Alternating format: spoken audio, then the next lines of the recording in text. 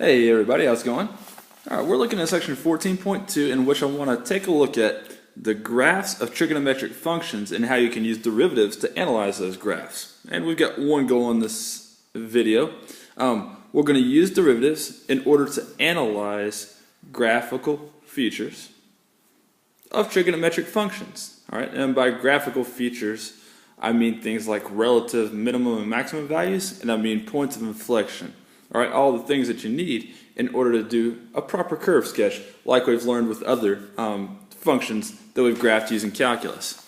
Alright, well, we're going to do one example of this in the video because the basic idea is what I need you to have. I need you to know how to find relative extrema, how to find points of inflection, and so forth. Alright, you see a problem that we're going to work with. It says that we're going to use f prime of x and f double prime of x, alright, so the first derivative and the second derivative, in order to find the relative extrema and inflection points of this function right there, f of x equals 2x minus 4 sine x. Alright, and we'll do that specifically on an interval from 0 to 2 pi. And once we have found all of those things, then we're going to go ahead and graph the function just because, hey, what the heck, let's go the last mile on that. Alright, well, if we're going to use the first and second derivative to help us, we need to go ahead and find out what the first and second derivative of the function are. So let's use what we've been learning in this chapter so far in order to do that. Alright, for the first derivative, the derivative of 2x is 2. And we'll do minus 4 times the derivative of the sine of x, and the derivative of sine of x, of course, is cosine x. Alright, and then the second derivative. Of course, the derivative of 2 is 0, and then we'll do negative 4 times the derivative of cosine x, which is negative sine x. And that's going to give us positive 4 sine x. Alright, now let's stop and think about what we need to do to proceed from here. Remember that what you do is you use the first derivative in order to find out where the relative extrema of the graph of a function are going to be, and then you use the second derivative to find out where any points of inflection are going to be. So let's do that step by step. Let's first look at the first derivative, then the second derivative, then we'll know the relative extrema and the inflection points, and we'll be able to finally sketch the graph of f of x. Alright, relative extrema time, and there's the first derivative. Remember that what you need to do in order to find the relative extrema is you need to set the first derivative equal to 0. So let's go ahead and do that. And then let's solve this trigonometric equation. It's going to give us 2 is equal to 4 cosine x. And so that's 1/2 is equal to cosine x. And if you're looking on your unit circle on the interval from 0 to 2 pi, you'll know that the cosine of x is equal to 1/2 in these two locations right here and right here. And that's pi over 3 and 5 pi over 3. So those are our two critical values. Of course, the other thing we need to do then is determine on what intervals our function is increasing and decreasing. And so we're going to look at the signs of the first derivative in order to do that. And let's use a little technology to help us out. We're going to plug in a number between 0 and pi over 3 into the first derivative. And so a number between 0 and pi over 3. How about we plug in pi over 4 into the function and see what that gives us for a sign. And you'll find that that's negative. Then we'll plug in a number between pi over 3 and 5 pi over 3. So how about pi? That fits the bill. And if you plug in pi into the first derivative, you're going to find that f prime of pi is positive. Alright, then finally let's use our calculators to find what the first derivative sign is after you get past 5 pi over 3. Alright, or really between 5 pi over 3 and 2 pi is what we're looking at. Something like 7 pi over 4 would be a good value from the unit circle to plug in. That'd be right here, right? 7 pi over 4, 11 pi over 6, something like that. And when you plug either of those values in, you're going to find out the first derivative is negative there. So, what we've got then is this. We've got a maximum value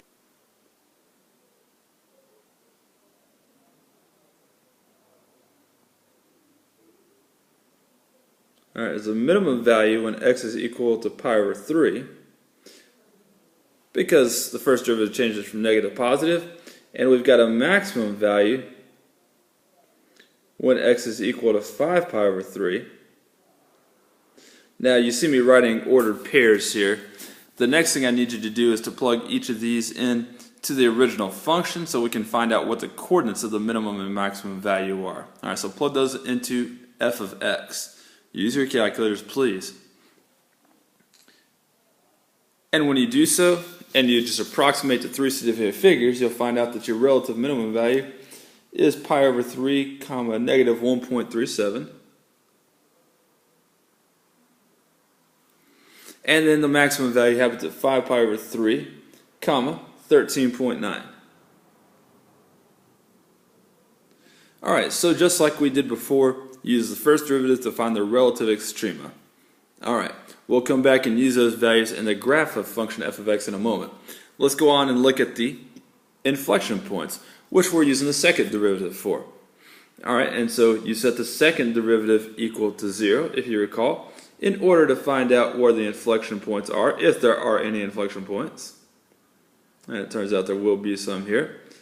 Alright, we'll get cosine of x is equal to 0, and then we'll go ahead and solve that equation on the interval from 0 to 2 pi. And you'll find that the cosine of x is equal to 0 in two different places along that way. You know what? Hold on a second. I thought I miswrote the problem there. It wasn't, the first derivative wasn't for cosine x, we said it was for sine x. Alright, so let me follow that thought process again. There are a couple places on the interval from 0 to 2 pi where the sine of x is equal to 0. And that happens to be at 0, at pi, and then back at 2 pi, it turns out. Alright? Really only one of those is possibly going to be an inflection point, though, for the interval that we're choosing. And that's going to be when x is equal to pi. And so what we want to do is make a number line, this time where we're going to show the signs of the second derivative of x, and let's use those three critical values that we just mentioned. Well, they're not really called critical values technically, but you know what I mean. Now this is easy enough, we don't really need to use our calculator for it, because evaluating for sine of x, it's not going to be difficult to determine whether we've got a positive or negative value. Let's pick something between 0 and pi. How about pi over 2? The sine of pi over 2 is positive, right? And so 4 times the sine of pi over 2 would also be positive. Alright, so that's what the second derivative is between 0 and pi. Then if we pick a number between pi and 2 pi, say 3 pi over 2, which is right here, well, the sign is going to be negative there, and 4 times a negative number is going to be a negative number, so the second derivative is negative between pi and 2 pi. Alright, so what that leads us to conclude is that since there was a change in concavity at the point, or when x is equal to pi, pi is a point of inflection. And we need to figure out what the exact coordinates of that point of inflection are. So use your function, your calculator, and plug in pi into the original function, and you'll get what you need there. That point of inflection is pi, comma, 2 pi, really, if you write the exact values. I'll round to three significant figures because that's what we did with the minimum and maximum values. Okay, so second derivative is still used in order to find out where the inflection points are and what the concavity of a graph is at any certain point. With that information, we can go ahead and make the graph of f of x, and that's the last thing we're doing in this video. So here we go. Alright, let's be reminded of the points that we've found so far that are going to be important here. You'll recall the minimum and maximum values, there they are. And then you'll recall the point of inflection that we just found. And let's go ahead and plot those as near as we can over here. Alright, so pi over 3, comma, negative 1.37. Let's say that's about right there. And then 5 pi over 3, comma, 13.9. Just somewhere around up here. And then pi, comma, 6.28. Yeah, about right there.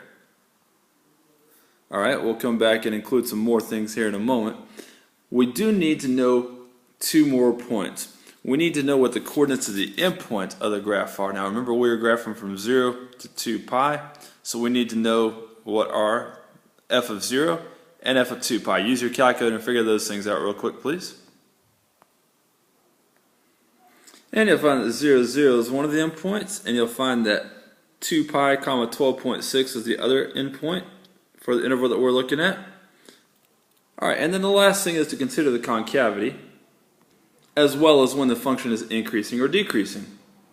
We determined that f was decreasing until we got to x equals pi over 3. Alright, so I'll draw that part of the graph, and we also determined it was concave up at this point. And then the graph changed to increasing. But when we get to x equals pi, although it's still increasing, it changes from concave up to concave down, because that is our point of inflection.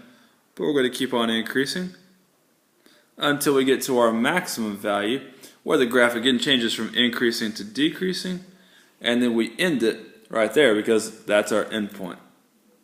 Okay, so I'm going to label a few points here, but that's how you graph a function, a trigonometric function using calculus. Fairly simple. Good luck when you need to do this on your own. See you next time.